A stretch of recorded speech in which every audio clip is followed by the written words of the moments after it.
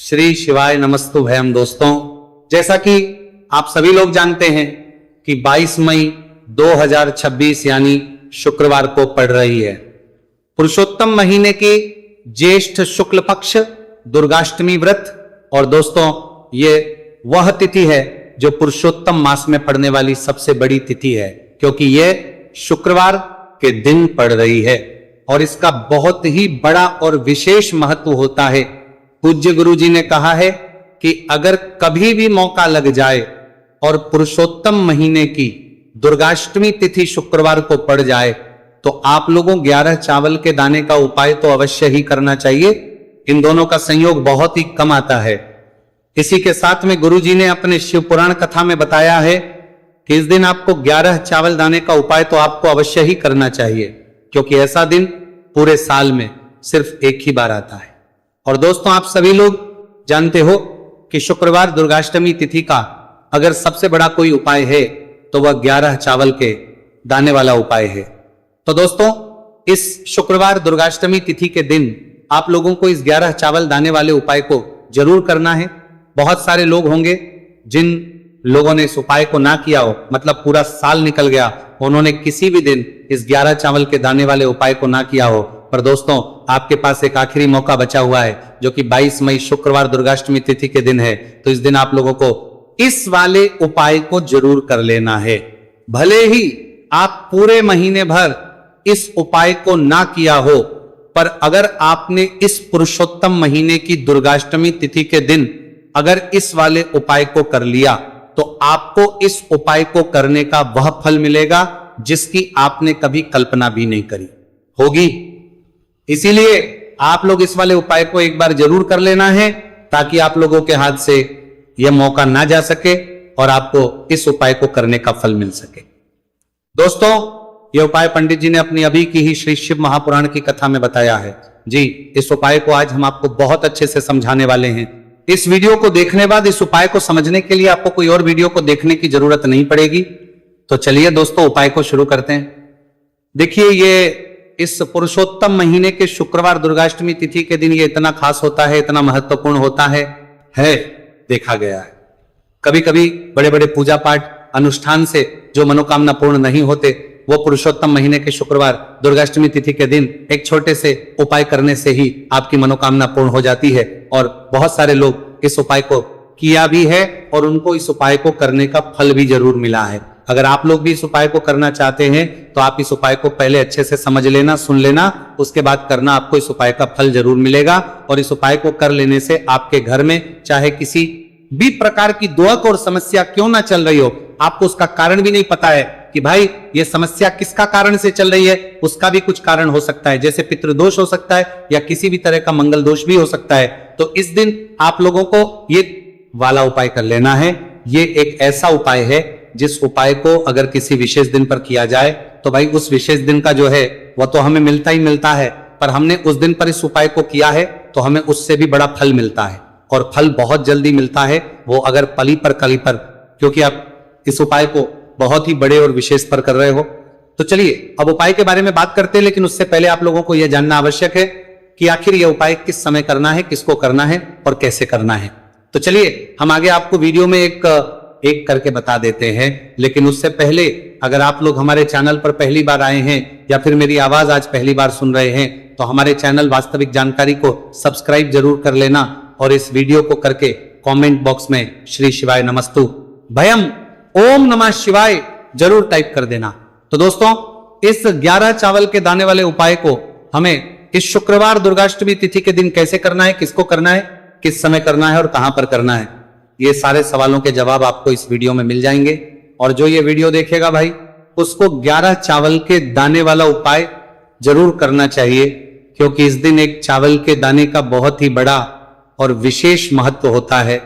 और जब बात आ जाए 11 चावल के दाने की, तो ये सोने पर सुहागा वाली बात हो जाती है और ये एक बहुत ही बड़ा उपाय हो जाता है इस शुक्रवार दुर्गाष्टमी तिथि का। तो अब दोस्तों, इस 11 चावल के दाने वाले उपाय को आखिर करना किसको है, सबसे पहले हम लोग वो बात जान लेते हैं। तो देखो, घर की जो बड़ी माताएं बहनें होती हैं, उन माताओं बहनों में से कोई भी एक बड़ी माता बहन इस वाले उपाय कर सकती है। और दोस्तों अगर आप चाहे तो अपने घर में से सभी सदस्यों को भी इस उपाय को करवा सकते हैं। अगर किसी व्यक्ति की खुद की कोई मनोकामना है, खुद की कोई दुख और परेशानी है जो कि वो अपने लिए ही करना चाहता है, इस वाले उपाय को तो वो खुद अपने लिए भी कर सकता है।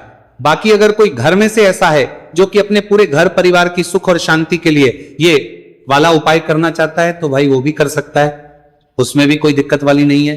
कहने का मतलब यह है कि इस उपाय को हर एक सदस्य भी कर सकता है और पूरे घर परिवार के सदस्य के लिए घर की बड़ी माताओं बहनों में से कोई एक माता बहन भी कर सकती है।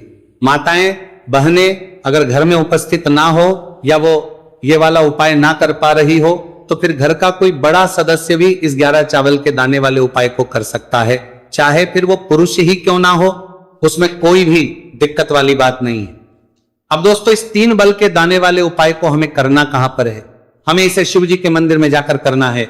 बहुत सारे लोग प्रश्न करते हैं हर एक उपाय को करते समय क्या हम इस उपाय को घर पर कर सकते हैं? तो इस वाले उपाय को आप घर पर नहीं कर सकते हो। इस वाले उपाय को करने के लिए आपको शिव जी के मंदिर ही जाना पड़ेगा। उसके बाद में दोस्तों जो अगला प्रश्न निकल कर आता है वह यह आता है इस उपाय को लेकर कि आखिर इस उपाय को हमें किस समय करना है, सुबह के समय करना है कि शाम के समय करना है? तो देखो इस वाले उपाय को आप लोग सुबह के समय भी कर सकते हो और शाम के समय प्रदोष काल में भी कर सकते हो। अब अगर आप पूछो कि भाई सब सबसे उत्तम समय कौन सा रहेगा इस 31 चावल के दाने वाले उपाय को करने का, तो हम आपसे बस यही कहेंगे कि इस उपाय को आप सुबह के समय करेंगे तो ज्यादा बेहतर होगा। बाकी अगर प्रदोष काल शाम के समय भी करेंगे तो भी अच्छा होगा, उसमें कोई भी दिक्कत वाली बात नहीं है। तो अब दोस्तों अगली सबसे बड़ी और महत्वपूर्ण बात आती है, वह है कुर्वंतम परमिट। ये आती है कि सुबह अगर हम उपाय को करेंगे तो हमें कितने बजे से लेकर कितने बजे तक के बीच में करना है, और शाम के समय प्रदोष काल में करेंगे तो हमें कितने बजे से लेकर कितने बजे के बीच में करना है। तो देखो सुबह जितनी जल्दी हो सके आप उपाय को करने की कोशिश करना। बाकी अगर किसी कारणवश लेट भी हो जाओ थी, देर भी हो जाए तो 10 या 11 बजे तक भी आप उपाय कर लेना, पर 12 बजे से ज्यादा देरी ना हो, ठीक है, इस बात का ध्यान रखना। उसके बाद में दोस्तों अगर शाम के समय प्रदोष काल की बात करें, प्रदोष काल का जो समय है होता है वो शाम के 6 बजे से शुरू हो जाता है। मतलब शाम के 6 बजे से लेकर 7 बजे के बीच का जो समय होता है यह समय प्रदोष काल का समय होता है। पर अभी जो मौसम चल रहा है इस मौसम में जो है शाम बहुत देरी से होती है, तो आप इस उपाय को 7 बजे से होती है या 8 बजे के बीच में भी कर सकते हो। मतलब शाम के 6 बजे से 8 बजे के बीच में आप कभी भी इस वाले उपाय को कर सकते हो, उसमें कोई भी दिक्कत वाली बात नहीं है। अब दोस्तों यहां पर इस उपाय को लेकर एक और सबसे बड़ी बात यह निकल कर आती है कि इस 11 चावल के दानों को हमें लेना कहां से होता है और हमें इस उपाय को करने के साथ में क्या और कुछ भी सामग्री ऐसी होती है जो शिव जी के मंदिर लेकर जानी पड़ रहती है। तो देखो यहां पर हम आपको बता दें, सबसे पहले आप लोग ये जान लो कि ये जो 3 चावल के दाने वाला उपाय है, सिर्फ और सिर्फ आप उपाय की सामग्री लेकर कभी भी शिव जी के मंदिर मत जाना, क्योंकि हमें भगवान के सामने यह नहीं दर्शा है कि अगर हम भगवान शिव जी के मंदिर आए हैं तो अपने फायदे के लिए आए हैं। तो इसलिए जो भी पूजन सामग्री है, उपाय सामग्री है 11 चावल के दाने, इसके साथ में आपको पूजन सामग्री भी जरूर लेकर जाना है। देखो अगर सुबह के समय उपाय कर रहे हो तो सीधी सी बात है 1 लोटा जल तो आप लेकर जाओगे ही जाओगे। वही 1 लोटा जल अगर मिट्टी का जल हो तो बहुत अच्छा रहेगा। मिट्टी का जल कैसे बना आता है इसके लिए हमने पहले से बहुत सारी वीडियोस बना दी है आपके पास। इस दिन एक आखिरी मौका रहेगा मिट्टी का जल शिव जी पर चढ़ने का और उपाय को करने का, बहुत बड़ा आपको इस दिन फल मिलेगा। तो इसीलिए इस दिन हो सके तो भाई मिट्टी का जल चढ़ाना तो अपने साथ में कम से कम 1 लोटा जल तो आपको लेकर जाना ही जाना है। अगर मिट्टी का जल नहीं है तो घर का जल भी आप इस्तेमाल कर सकते हो। इसके अलावा जो भी पूजन सामग्री है, देखो 11 के दाने ये अलग आपके रहेंगे और जो आपकी पूजन सामग्री रहेगी वो अलग रहेगी। पूजन सामग्री में आप जो भी चीज लेकर जाना चाहे वो लेकर जा सकते हैं, एक बेलपत्र भी लेकर जा सकते हैं, उसमें कोई भी दिक्कत वाली बात नहीं है।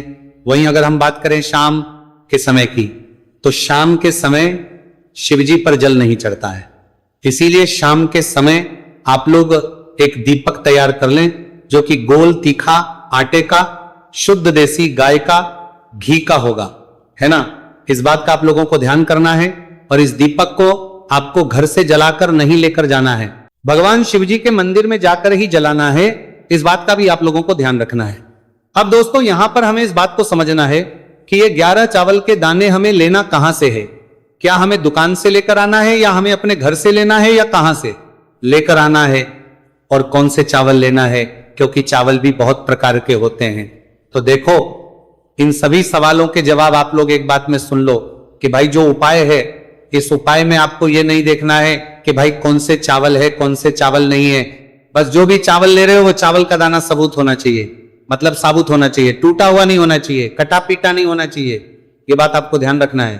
बाकी आपका चावल बासमती हो या सादा चावल हो या कोई सा भी चावल हो, उसमें कोई भी दिक्कत वाली बात नहीं। तो सीधी सी बात है कि आपके घर के रसोई घर में जहां पर आप बनाते हो वहां पर जो भी चावल आपके उपस्थित हो, उन चावलों में से अपनी एक कटोरी भर लेना या एक मुट्ठी चावल अलग से निकाल कर रख लेना, क्योंकि हम 11 चावल ही यहां पर इस उपाय में लेने वाले हैं। तो हमें ये चावल के दाने गिनकर निकालने पड़ेंगे, इस बात का आप लोगों को ध्यान रखना है।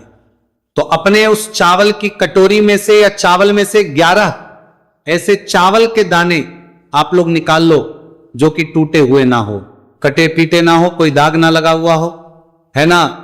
अच्छे साबुत चावल के दाने 31 दाने आप लोग निकाल कर रख लो और इन्हें किसी भी एक कागज की पड़िया में या किसी एक छोटी सी कटोरी में आप लोग रख लो, ताकि ये सुरक्षित रहे, आपके एक भी चावल का दाना इधर उधर ना हो और आपका उपाय भी पूरा अच्छे से हो जाए। तो भाई जैसे ही आपका उपाय की जो सामग्री है 11 चावल के दाने ये तैयार हो जाते हैं, उसके बाद में आपको जो भी अपनी पूजन सामग्री है सुबह समय कर रहे हो तो एक लोटा जल और एक बेलपत्र या पूजन सामग्री जो लेकर जाना चाहो उसकी भी तैयारी कर लेना। और शाम के समय जा रहे हो तो भाई अपना जो दीपक है उसे तैयार कर लेना, ठीक है। और उपाय को करते समय शुद्धता का विशेष रूप से ध्यान रखना, ठीक है। सुबह सुबह स्नान करने के बाद ही उपाय को करने की आप लोग तैयारी करना।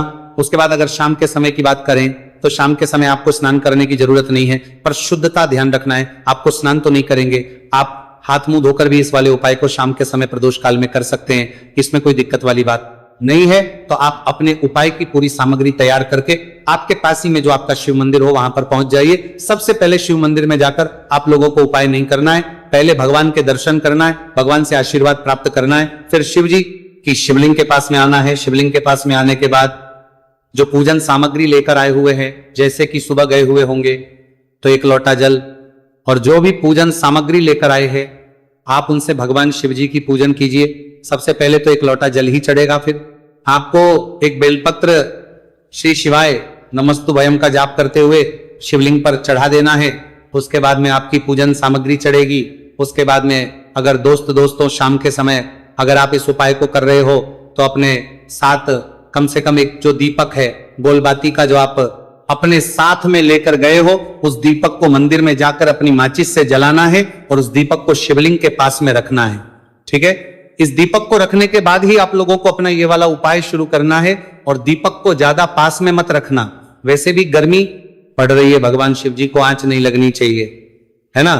तो भाई जैसे ही आपकी पूजा अर्चना हो जाती है आप भगवान शिव जी को प्रसन्न कर लेते हैं। उसके बाद शिवलिंग के पास ही में आप कहीं पर बैठ जाइए, सामने या आसपास जिस जगह पर आपको बैठना हो वहां पर बैठ जाइए और अपने वो 11 चावल के दाने अपने सामने निकाल कर रख लीजिए, क्योंकि अब यहां पर उपाय को यहां पर करने की आपको तैयारी करना है।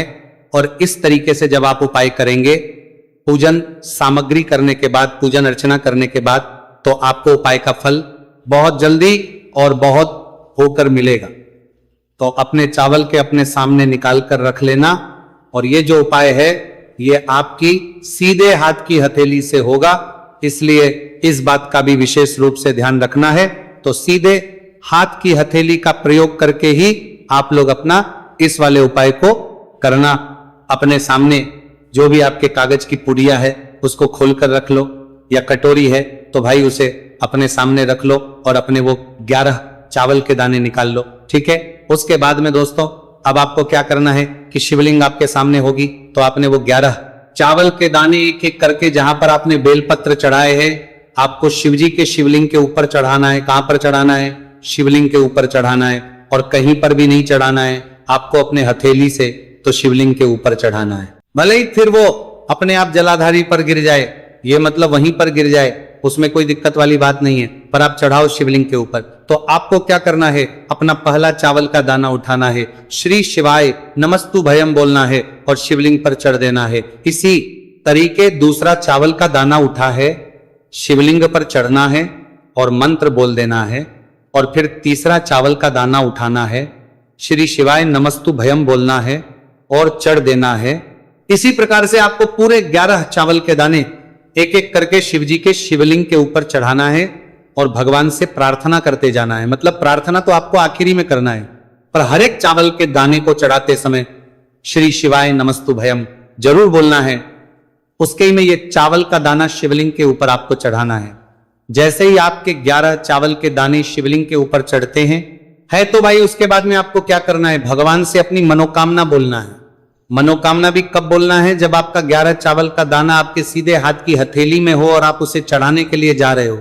श्री शिवाय नमस्तु भयम बोलकर उस आखिरी चावल के दाने को शिवलिंग के ऊपर चढ़ा देना, भगवान से फिर अपनी वो मनोकामना बोल देना जिस मनोकामना के लिए आप लोग अपना ये वाला उपाय कर रहे हो, जिस भी दुख और परेशानी के लिए आप लोग अपना ये वाला उपाय कर रहे हो।